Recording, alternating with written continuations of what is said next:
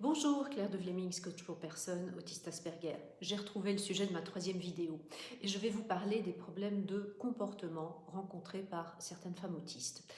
Car oui, notre comportement va avoir une influence sur ce qui se passe dans une relation et les femmes autistes ont parfois un comportement inapproprié par rapport à une situation.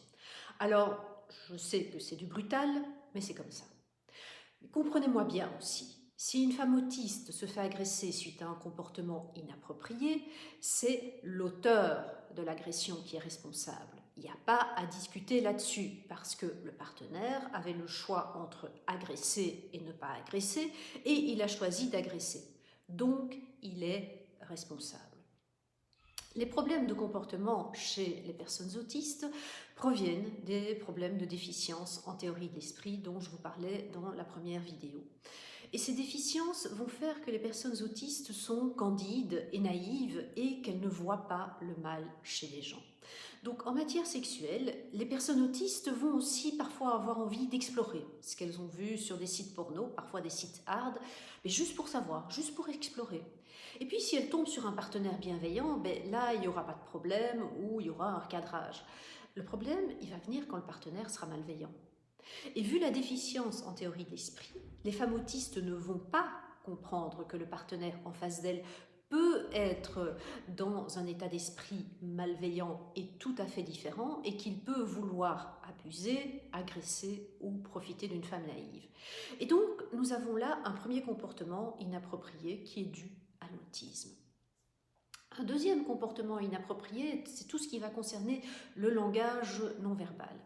Comme les femmes autistes vont copier les comportements qu'elles ne peuvent pas avoir intuitivement, le risque va être grand dans une relation amoureuse de copier des gestes, des regards, des attitudes qui ont été vues dans des films, dans des séries télé, sur Internet, et qui vont communiquer à l'autre, qui lui est non autiste, que l'on est prête à aller plus loin. Alors, ce mimétisme peut être inconscient, mais il peut aussi être conscient parce qu'on croit fermement que c'est comme ça que l'on se comporte. Le troisième point, c'est la communication non verbale, c'est-à-dire copier les sous-entendus qu'on a encore une fois entendus dans les séries, mais ça va donner une fausse indication à l'autre et, à contrario, le fait de ne pas comprendre les sous-entendus de l'autre, à cause des problèmes de théorie de l'esprit, peut encore une fois lui laisser croire que nous sommes d'accord avec lui.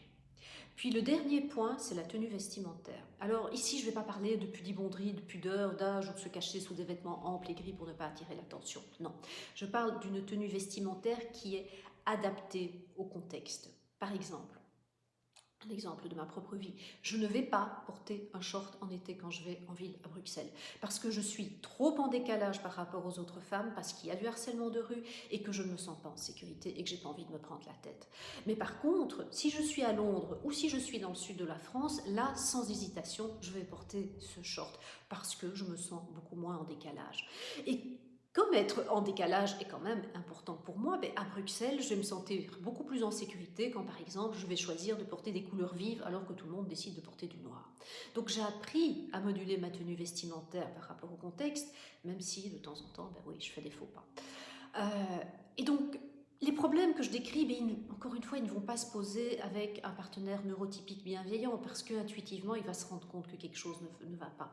Il va vous le faire savoir s'il tient à vous ou à tout le moins, il ne va pas s'en formaliser. Et puis, s'il n'est pas intéressé, il va poliment prendre ses distances. Par contre, le partenaire neurotypique abuseur, lui, il va avoir la possibilité de dire qu'il y avait un accord tacite parce que la femme autiste a tout fait pour qu'il lui saute dessus et qu'elle ne peut pas dire qu'elle n'était pas d'accord. Alors que du point de vue de la femme autiste, c'est tout à fait faux. Voilà, dans la prochaine vidéo, je vous présente quelques conseils. Je vous souhaite une belle journée, une belle soirée. Je vous dis à très bientôt.